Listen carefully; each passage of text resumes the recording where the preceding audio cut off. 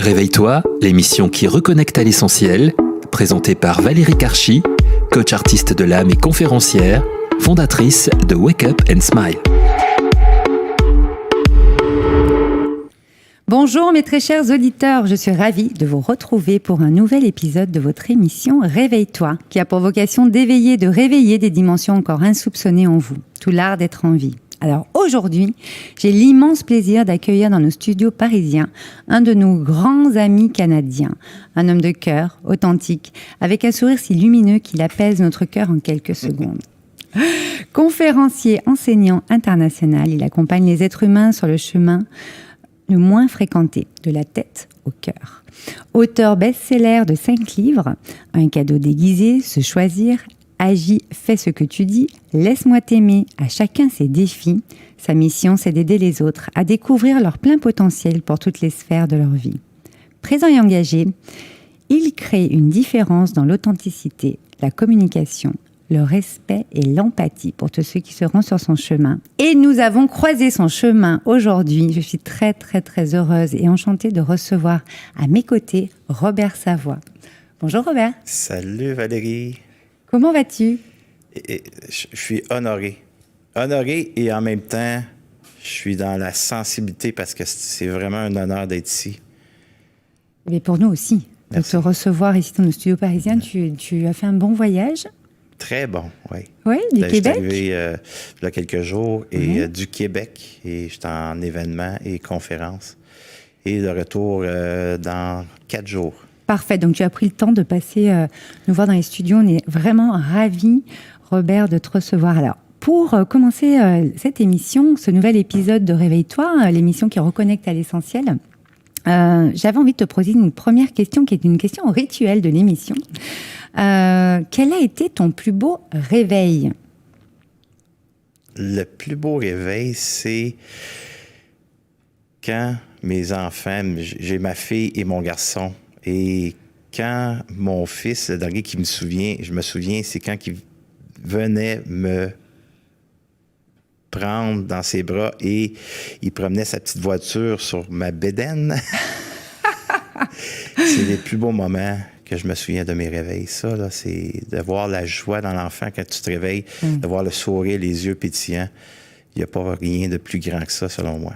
Oui, je suis vraiment d'accord avec toi. C'est très, très beau. Alors, tu as justement, tu as pu te nourrir de toutes ces joies, de toutes ces belles choses, ces beaux réveils. Et voilà, tu parcours le Canada, la France, l'Europe au cours de tes conférences inspirantes. Tu proposes également des ateliers, des retraites, etc. Tu es un homme de cœur et d'affaires depuis 30 ans. C'est énorme, toute la contribution que tu as pu amener en ce monde déjà. Et moi, je souhaitais te recevoir aujourd'hui dans l'émission parce que, voilà, j'ai découvert ta conférence sur le pardon, qui est juste monumentale. Moi, j'ai eu des révélations énormes quand j'ai assisté à ta conférence.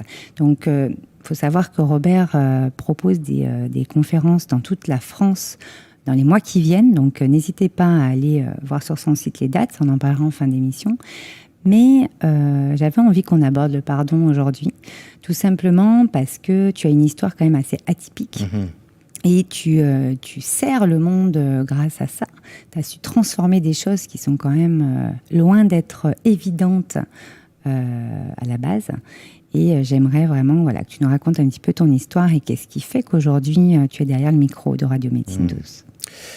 Mais premièrement, il ne faut pas confondre le pardon avec la religion. Moi, je fais la séparation de ça. Il faut départager. Moi, je parle... On utilise le mot pardon parce que l'être humain connaît ce mot-là. Et bien souvent, ils ont peur du pardon parce qu'ils croient que c'est religieux, bien souvent.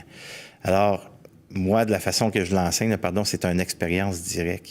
Et mon histoire, elle n'est pas banale parce que j'ai vécu une atrocité à l'âge de 28 ans. Mon père avait 63 ans. En 1995, au Québec, il était assassiné par 3 individus. 2 18 ans et d'un 19 ans à coups de pied et à coups de poing pour la somme de 40 €. Alors, à ce moment-là, Valérie, à 28 ans, pour les gens qui écoutent présentement, je viens un père extraordinaire, un père qui m'aurait donné ses reins, son cœur. Oui. Il aimait ses enfants, mais c'est un père agressif.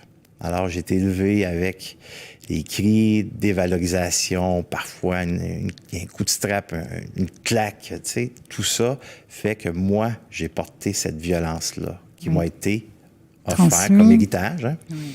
Et quand la mort de mon père est arrivée, c'est quoi qui s'est réveillé, tu crois? Fait que c'est sûr que c'est tout mon histoire de vie. T'es remonté finalement, tout ce que tu avais enfoui finalement. Tout ce que j'avais enfoui. Alors moi, c'est Des dent années. pour dent et œil pour œil. Alors ces personnes-là, qui a fait ça? Ouais. Alors c'est certain que j'ai été dans la vengeance 5 ans. Parce que ce qui est arrivé, ils ont fait l'arrestation de 2 meurtriers suite au 3e que lui a tout avoué. Qu'est-ce qui s'était passé? Parce que ma mère, elle a fait une émission de télé suite à la demande des détectives. Et le meurtrier regardait ma mère pleurer et comme quoi qu'elle venait de perdre son conjoint et les 5 enfants venaient de perdre leur père. Alors, il s'est senti coupable. Il s'en est voulu. Ben oui.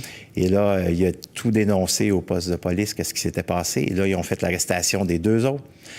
Et à la cour préliminaire, là, tu sais, l'être humain, et je m'inclus là-dedans, bien sûr, on est un peu masochiste. Hein? Oui. On veut savoir ce qui s'est passé. On veut un Pour essayer coupable, hein, on veut un coupable. On veut un pourquoi. Répondre à la question pourquoi. C'est tellement alors que- bien ce que tu dis, Valérie. Le pourquoi et on veut un coupable. Voilà. Et à ce moment-là, moi, c'est certain que je veux savoir ce qui s'est passé.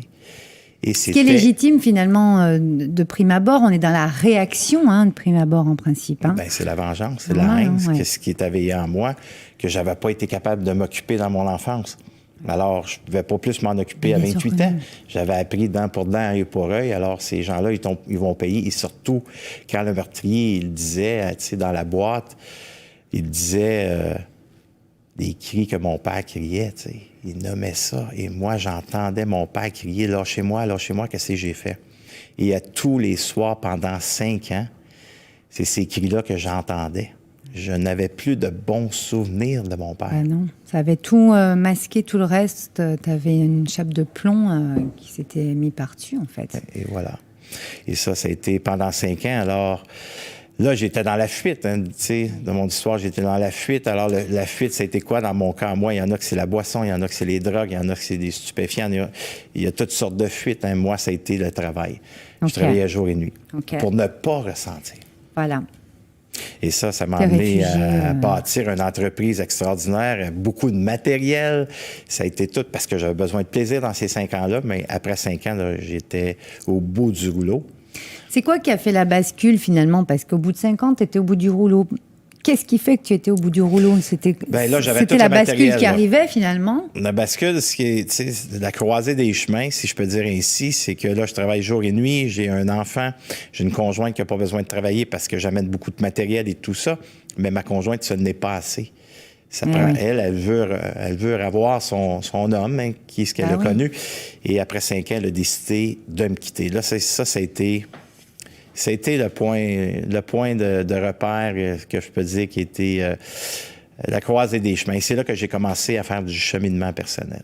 C'est le point de rupture, en fait. C'est une rupture concrète, mais finalement, c'est le point de rupture en toi. Hein? J'avais besoin de vivre cette expérience pour me ramener à la source de qui je suis. Prendre conscience, voilà.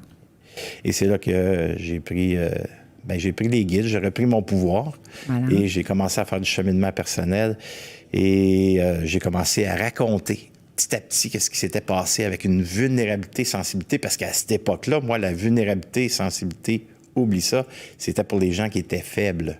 Mais alors, comment tu as fait pour transformer ça, justement? C'est ça qui est intéressant, c'est que, tu sais, il y a beaucoup de personnes qui sentent où est leur alignement, qu'est-ce qu'ils ont en eux, qu'est-ce qu'ils devraient faire en termes de contribution dans le monde, mais justement, ils n'arrivent pas à dépasser ça parce qu'en fait, ils se sentent vulnérables. Pourtant, c'est notre humanité. Malheureusement, on est des humains, donc nous sommes vulnérables, mais ils n'arrivent pas à dépasser ça. Comment tu as fait, toi, pour vraiment dépasser ça et te dire, OK, j'ai eu ce point de rupture, c'est la bascule, la croisée des chemins. Là, maintenant, je vais aller transmettre Et dans ma vulnérabilité, c'est ça qui touche aussi, hein, bien sûr. C'est d'avoir le regard sur soi, de mettre le projecteur sur soi au lieu de l'avoir à l'extérieur. Ouais, Parce que le temps que je l'ai à l'extérieur, je focus sur l'autre. Et pendant que je focus sur l'autre, je ne regarde pas à l'intérieur de moi comment est-ce que moi, je vis ces émotions, ces sentiments, qui sont des malaises. Alors, c'est là que je passe mon temps à fuir dans toutes sortes de choses. Alors, tandis que si je mets le projecteur sur moi, je me regarde et je ressens ce qui est là et je m'en occupe en le verbalisant, à mettre des mots M-A-U-X sur les sentiments qu'on vit et de vraiment ressentir ce malaise qui est désagréable, oui, mais par contre, c'est la clé de libération. Parce que là, je lui permets d'exister, je l'accueille, et en l'accueillant, je deviens vulnérable et sensible à ce que j'ai vécu parce que c'est par la sensibilité que je peux passer à l'acceptation. Alors, c'est là qui a fait que je me suis senti libéré de cette expérience. Et au début, je disais, je pardonne aux assassins, mais je n'irai pas dîner avec eux. C'est le pardon Comment que je pouvais faire. Comment tu as décidé de pardonner aux assassins? Comment ça t'est venu, ça? Parce que j'ai compris que c'est à l'intérieur de moi qui est enfoui ces émotions de colère, de haine, d'injustice, de trahison, d'abandon, de rejet. C'est à l'intérieur de moi que ça l'a éveillé. Et en pardonnant et en libérant ces émotions, c'est là que j'ai été capable de pardonner ces personnes-là parce que je me suis pardonné. Voilà. Les expériences qu'on vit, c'est pas l'expérience comme telle du moment présent qui est souffrante. C'est qu'est-ce que ça l'éveille dans son histoire de vie. C'est pas de revivre dans le passé. C'est qu'est-ce que ça l'éveille dans le ici maintenant et c'est là que je dois m'en occuper. C'est ça, alors, l'éveil. C'est une opportunité que j'ai à ce moment-là.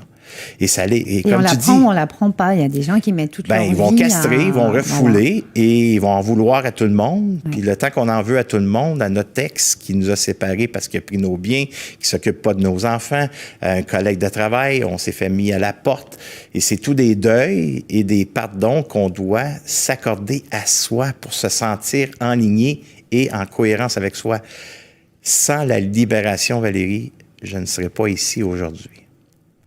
Et aujourd'hui, je fais le tour du monde pour justement amener mes retraites ateliers Phoenix, qu'on appelle, pour aider les personnes à se libérer. Et j'ai compris que tout est à l'intérieur de soi. Complètement. Quand je libère, j'ai accès au pouvoir de l'amour de soi. C'est là.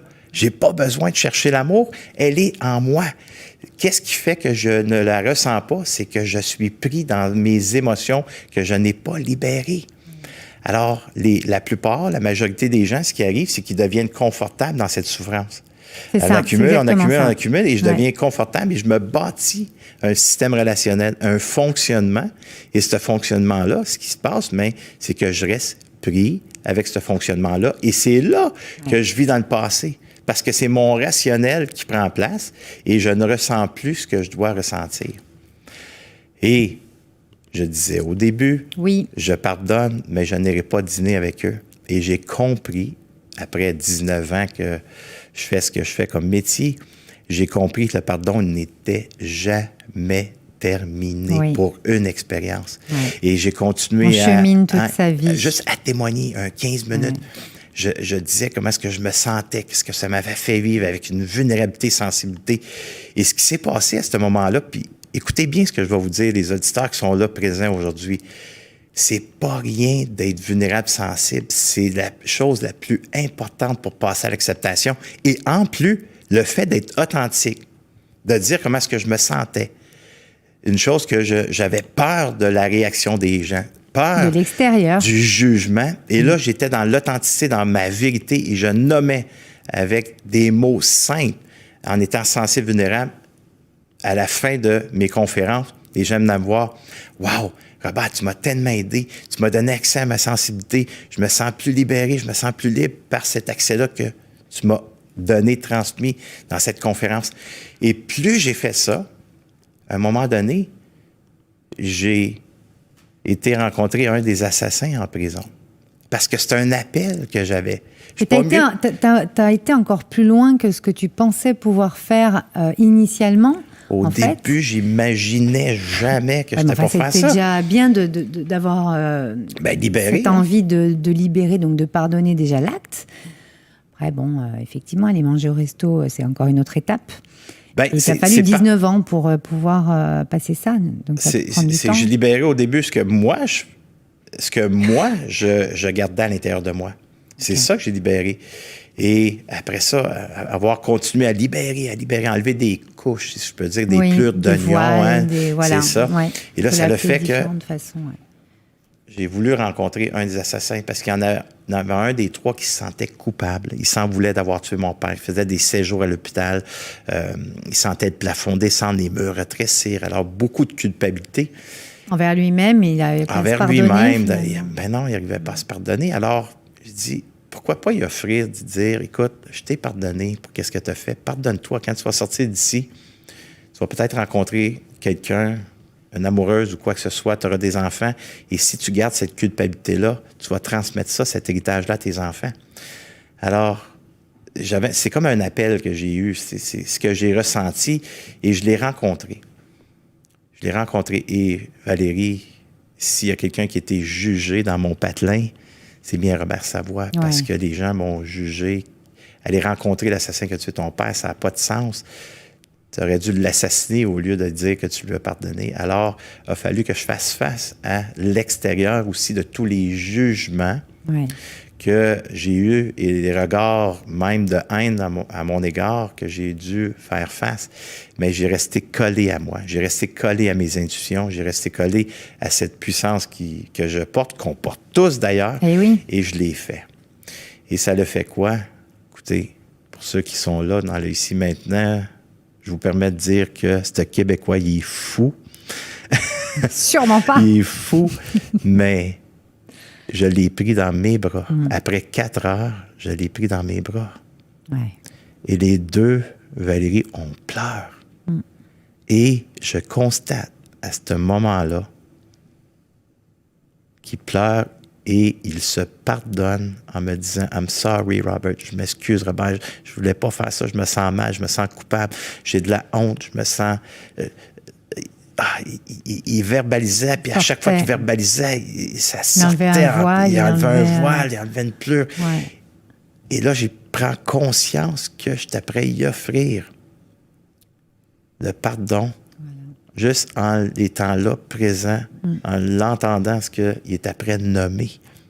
Et là, c'est grand, là. Et qu'il n'y a pas que le pardon de l'autre, finalement, qu'il y a le pardon envers soi-même, finalement. C'est le plus libérateur, que ça m'a fait à moi, là. Bah toi, ça a dû quand même faire un retour... Valérie, je passe à la radio le lendemain. Hein.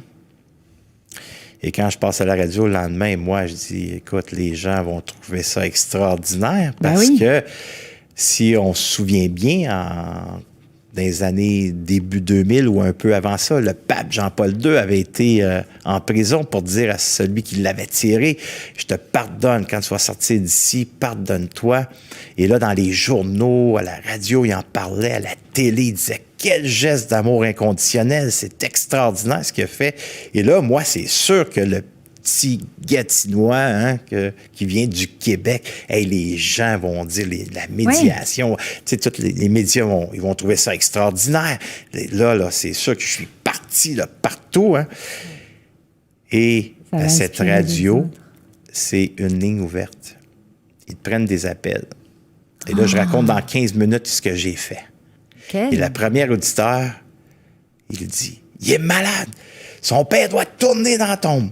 Il doit avoir lu la Bible. En tout cas, et tous les gens étaient contre ce que j'avais fait. Et peu étaient. Et en plus, ils font un sondage que tu peux appeler, dire oui ou non si tu es pour ce que j'ai fait. Est-ce que si c'est oui, tu appuies tel bouton et si c'est non, tu appuies sur tel bouton. Ils font un sondage et à la fin de l'émission, écoute bien ça, Valérie. Écoutez bien ça, les gens qui sont là à l'écoute. 83% des gens n'étaient pas en faveur de ce que j'avais fait. Et la question que j'ai le goût de poser, c'est ça. Est-ce que j'aurais dû faire comme mon frère, le plus vieux, m'en aller dans la boisson, dans des fuites de machines à poker? Fuir. Et il est décédé d'un infarctus parce qu'il était plein de colère. Ou Je décide de me libérer, de me sentir bien et ensuite de faire le mieux que je peux pour continuer à accompagner ma fille, accompagner les gens qui ont le désir de se sentir libres, libérés. Alors, je crois, et je suis plus que je crois, j'ai fait le bon choix selon moi. Et quand on ne veut pas libérer, qu'on ne veut pas pardonner, bien souvent, c'est parce que on ne veut pas libérer cette charge émotionnelle, on ne veut pas revivre ces émotions-là. Et pourtant, c'est la plus belle chose qu'un être humain peut faire. C'est la seule façon, d'ailleurs, de s'en libérer, non? Je pense pas qu'il y en ait d'autres. Il faut se donner accès.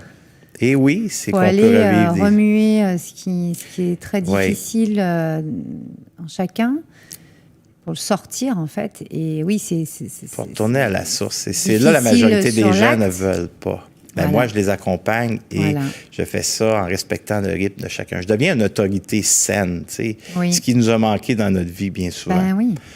Et là, je continue, mais 83 %. Et l'autre, moi, je dis dans mes retraites, Valérie, que mes retraites à Atelier Phoenix, je dis aux gens, 95 % des gens ne savent pas pardonner. Et des gens disent 95 %, ça veut dire qu'on vit dans une société qui a un 5 % qui vivent plus sainement. Oui. Ça ne veut pas dire que les autres personnes ne sont pas des bonnes personnes. C'est juste qu'ils ont accumulé, ils sont plus sur le pilote automatique. Ils se lèvent le matin, ils ont des enfants, ils ont une voiture. Parfois, ils sont capables de prendre l'autobus, mais ils ne sont plus capables de voir la beauté. Ils sont plus capables de ressentir la gratitude. Ils sont plus capables d'attirer l'abondance parce qu'ils sont castrés de leurs émotions pour ne pas les ressentir. Et c'est pour ça que je dis que 95 % des gens vivent dans le confort de leur zone et n'arrivent pas à atteindre leur plein potentiel dans les objectifs, les buts ou les rêves qui se mettent en place. Alors oui, justement, moi, je vais rebondir sur ce que tu dis là. 95 %, c'est quand même énormissime. C'est sûr que notre société a vraiment un réel tournant à opérer, hein, quoi qu'il en soit. Nous sommes les acteurs de ce tournant avec courage. Pour le coup, on en parle avec chacun de mes invités. C'est que chacun à notre niveau, on essaye quand même de contribuer. Et ça fait bouger les lignes, donc c'est pas facile non plus d'être derrière ce micro tout le temps ou derrière le micro en conférence ou en atelier. Tu parles dans ton livre « Se choisir », un de tes 5 livres, « Se choisir un rendez-vous avec soi-même pour voyager le cœur léger », qui raconte ton histoire, qu'en fait, il y a 3 conditions essentielles afin de tirer profit du temps qu'on consacre à ton message finalement. Donc la première, c'est donc se choisir, le titre du livre. La deuxième, c'est aide-toi toi-même et le ciel t'aidera. Et la dernière, la troisième, c'est faire preuve de courage. Et moi, j'ai envie de parler de ce courage parce que finalement, voilà, hors aspect religieux, pardonner, c'est vraiment avoir le courage d'aller chercher, c'est ce que tu nous dis, hein, d'aller chercher en soi, dans ses ombres. Dans son côté sombre. Voilà, dans son côté sombre, pour vraiment sortir ce qui est négatif, ce qui est noir, ce qui ne va pas en nous, finalement. Donc, il faut aller chercher, il faut aller dans ses profondeurs. Il faut aller le courage d'aller chercher ça pour le sortir et après, donc, être dans la lumière, forcément. Mais moi, j'aimerais que tu me parles de ce courage, parce que 95 %, ça veut dire qu'il y en a quand même qui n'ont pas eu de tilt, qui n'ont pas réussi. Moi, dans cette émission, j'aimerais qu'on réussisse à ancrer un mot ou deux pour que les personnes disent « Oui, ok, là, ça y est, ça me fait le tilt. Je comprends que là, effectivement, il faudrait peut-être que je pardonne à un tel ou de ce que j'ai vécu là-dessus, etc., dans cette situation, pour, en fait, me libérer et donc avoir une vie quand même meilleure, la vie dont je rêve, finalement ». Qui finalement, c'est souvent nous-mêmes qui nous empêchons de vivre cette vie-là. Et ce que j'aurais le goût de dire, Valérie, en partant, j'aurais le goût de dire aux auditeurs de ne pas tomber dans la comparaison. Parce que bien souvent, la comparaison va faire « ce qui est arrivé, lui, moi, ça ne m'est pas arrivé. Alors, ma vie, elle n'est pas si pire que ça. » Comme je dis, la souffrance, elle n'est pas tangible. J'ai perdu mon père à coups de pied, d'une mort atroce, hein, à coups de pied, à coups de poing. On ne tue même pas un animal comme mon père a été tué. Mais à l'âge de 3 ans, je peux avoir perdu ma souris. Mais cette souffrance-là, elle n'est pas tangible. Ça peut faire aussi mal d'avoir perdu ta souris que j'ai perdu mon père. Oui, parce que c'est l'histoire de chacun. Chacun de soi. On a nos propres expériences. Et ces expériences-là que je dois libérer. C'est pour ça que je mentionne, on doit mettre le projecteur sur soi et de se regarder à l'intérieur de soi. Et c'est qu'est-ce que je dois libérer. Et oui, ça me demande du courage. Le courage, c'est quoi? C'est simple. C'est de passer à l'action suite à la peur qui est présente. Peur du jugement, peur de décevoir, peur d'être abandonné, peur de nommer tous les peurs. Alors, c'est le courage d'aller vers ces peurs et ensuite de ressentir ce qui est là à l'intérieur de soi suite à ça peut être une séparation, ça peut être un abus qu'on peut avoir vécu, qu'on a accumulé, qu'aujourd'hui, là, la vie se change pour nous dire « Hey, il est temps que tu libères ». Alors, c'est de s'arrêter et de se choisir, hein, le premier ingrédient. Oui. Se choisir, ça veut dire se donner du temps pour soi et d'arrêter puis de regarder à l'intérieur de moi. Et toi, ici, elle t'aidera, ça veut dire que je dois m'aider. C'est moi, en premier lieu, que je dois prendre mon pouvoir et de me poser la question, qu'est-ce que j'ai besoin de libérer pour me sentir dans l'amour de soi? Et faites juste regarder vos expériences de votre histoire de vie et qu'est-ce qui fait que vous avez décidé de garder ça dedans de vous et que vous êtes devenu confortable? Parce qu'il y a bien des gens qui disent « le temps va arranger les choses ». Le temps n'arrange rien. Le temps, c'est pour les entités. Surtout si on s'en occupe pas. Bien, c'est ça. Si on s'en occupe, oui, le temps, il y a un rythme. Le temps, il y a un rythme. Pour le deuil, il y a un rythme à suivre, à respecter, mais je suis dans le mouvement de la libération. Dans l'action dont tu parles, et toi, c'est le t'aidera, c'est que tu fais l'action de t'aider pour finalement voir que dans ton environnement, il y a des choses qui vont changer parce que tu ne fais pas les choses comme d'habitude, finalement. Et tu ne restes pas dans ton confort. Ici, juste pour les auditeurs qui écoutent, si vous connaissez des gens, ils procrastinent, tournent en rond, remettent à demain pour leur projet, pour exprimer quelque chose à leur amoureux, amoureuse ou prendre sa place. Oui, ils sont dans le reproche. Dans le reproche, tout ça, dans le jugement. Ça fait juste démontrer que je dois libérer. Il y a quelque chose qui est prêt. C'est que mon psychique en soi a laissé aller une expérience, une émotion, un sentiment que je dois libérer. Et si je m'en occupe pas, c'est là que je tombe dans le fonctionnement que je suis habitué, qui est une zone de confort. Et donc, ça, on n'avance pas. Donc on n'avance pas. Et on n'est pas dans la vie, quoi. On n'est pas dans le vivant, quoi. Valérie, 60 000 pensées par jour que nous avons, l'être humain, et 85 % de ces pensées sont négatives. Et on est conscient en moyenne en 2000, 2500 pensées qu'on est conscient. Ça veut dire qu'il y a 57 000, 58 000 pensées par jour qu'on est inconscient, que nous, on a créées. Alors, il faut que je m'occupe du moment présent, à ressentir ce qui est là, pour être capable de libérer et revenir en cohérence avec moi. Le côté sombre est aussi important que le côté lumineux. C'est comme une batterie. Ben oui. Hein? Une batterie c'est la dualité de la vie, jour-nuit. Quand je m'occupe des deux, je peux être en cohérence avec moi. Alors, j'ai besoin des deux. Moi, mes expériences de vie, c'est mes alliés aujourd'hui. C'est sûr que c'est pas plaisant de ressentir des malaises, mais quand je lui permets à ce malaise-là d'exister et d'en prendre soin, de l'accueillir, de l'accepter suite à la vulnérabilité, sensibilité, il y a une acceptation qui se fait. Et qu'est-ce qui se fait, qui se produit à ce moment-là? C'est la magie qui opère. C'est la clé. La magie opère. L'acceptation, c'est la clé, c'est la bascule. C'est quand, et là, je vois ce que je ne voyais pas avant. Oui, exactement. Donc, ton environnement va changer. Le ciel t'aidera, c'est vraiment ça pour moi.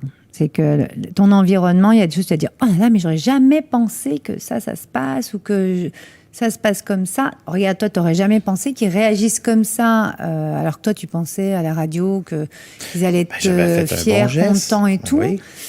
Mais comme 95% de la population n'a pas fait son travail, finalement, de libération, et qu'il n'y en a que 5%, automatiquement, tu as eu cette réaction. Encore une fois, on n'est pas dans l'action, là. On est dans la réaction. Dans la réaction, dans la défensive, et on se défend constamment avec des phrases préconçues. On veut trouver le coupable. Moi, c'est qui le coupable? Ça ne quitte pas parce que... Tu sais, Valérie, jamais je vais donner raison à ce que ces gens-là ont fait à mon père. Jamais, jamais, jamais. Je ne donne pas raison. Mais le temps que je suis dans la haine, le temps qu'on est dans la réaction, c'est qui a mal? C'est moi. J'étais le prisonnier le plus... dans ma caverne de souffrance, si je peux dire ainsi. Tu étais enfermé dans ta cage. C'est qui est en prison? C'est moi. Tu as la clé, en fait, mais tu n'avais la clé, mais... Tu n'as pas envie de sortir de cette prison. Ouais. Alors, il faut prendre le temps et je suis convaincu qu'il y a des auditeurs peut-être qui sont en réaction, puis je veux vous rendre conscient que c'est pas ça mon intention, mais c'est la vérité. Et c'est pas quelque chose que j'ai inventé.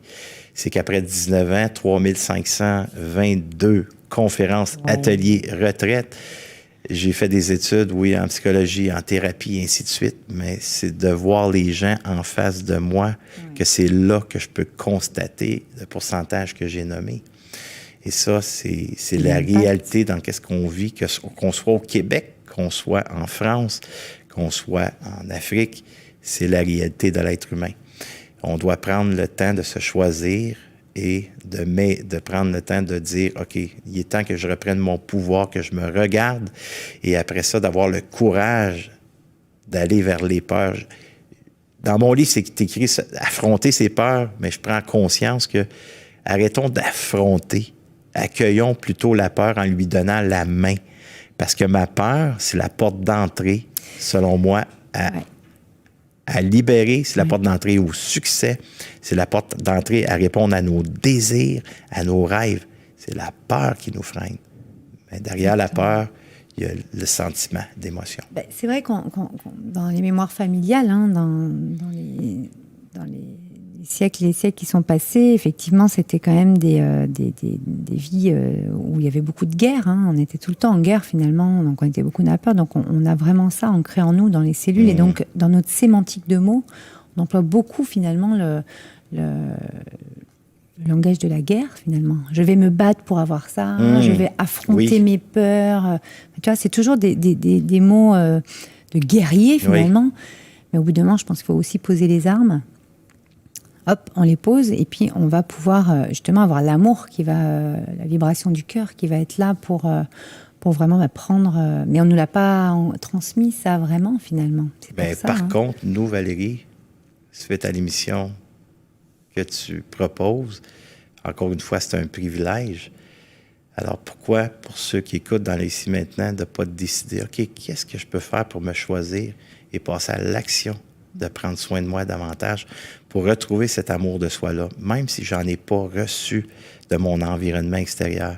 Moi, aujourd'hui, je peux m'accorder ce privilège en me choisissant et en faisant des actions concrètes pour prendre soin de soi. Il y a de l'aide, il y en a partout.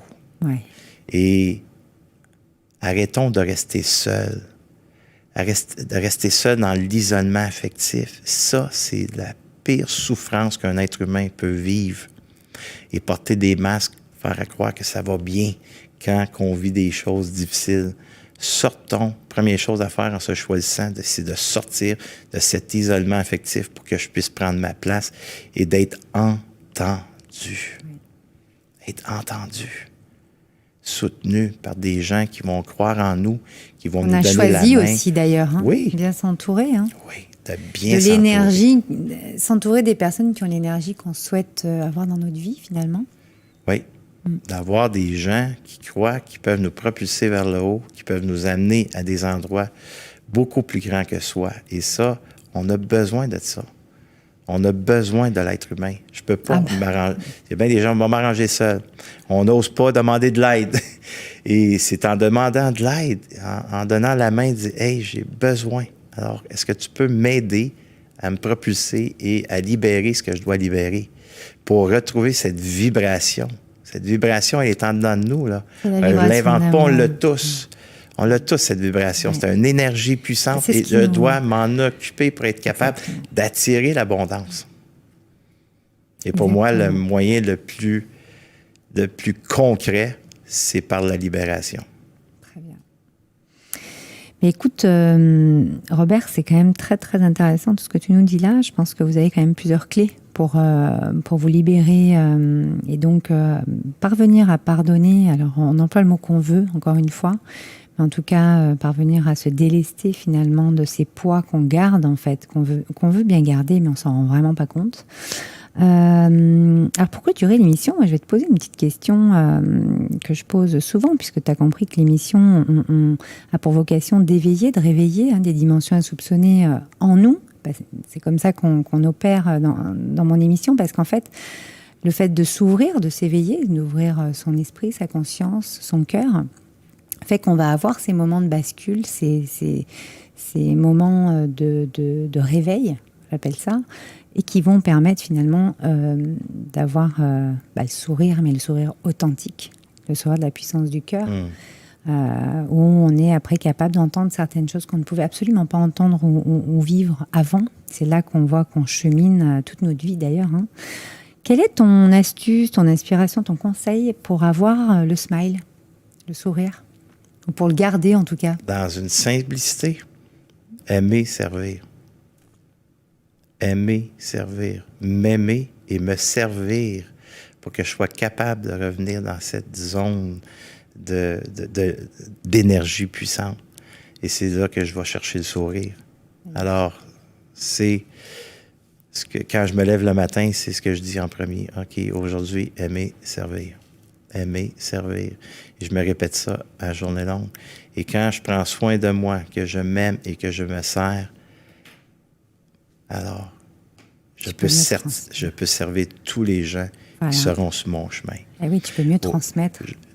Tantôt, j'ai pris l'autobus pour venir ici. Je partais tout seul. Je dis, OK. Aventure! J'ai commencé à jaser avec une madame de 75 ans environ. On a eu une discussion ensemble parce qu'on a eu 15 minutes à attendre. Alors, j'ai servi la madame. Monsieur, vous avez une énergie, vous. Elle était tellement... Oh, puis elle a commencé à me conter son mari qui était en Asie encore, puis c'était difficile. En tout cas, elle me contait son histoire de vie, puis j'étais là avec elle, puis je l'ai juste entendu. J'y ai donné un écoute. Et la madame était de bonne humeur, elle s'est assise contre moi, puis elle m'a guidé quel train, après ça, prendre pour me rendre ici. Et j'ai mis de l'amour dans son cœur, juste en étant présent et en étant à l'écoute. Et il y avait un autre monsieur qui était juste pas loin, puis en sortant de l'autobus avant moi, il m'a salué. Wow. C'est l'humanité, ça, avec c'est dans la simplicité, qu'on soit dans le métro, qu'on soit dans le train, on peut-tu comme juste bonjour. Juste se parler, on est tous des êtres humains. On n'est pas des extraterrestres. On est devenus comme ça, c'est ça qui est malheureux aussi. Pour moi, ça, c'est à moi de dégager ce sourire-là en m'aimant et en me servant. Pour mieux le diffuser aux autres.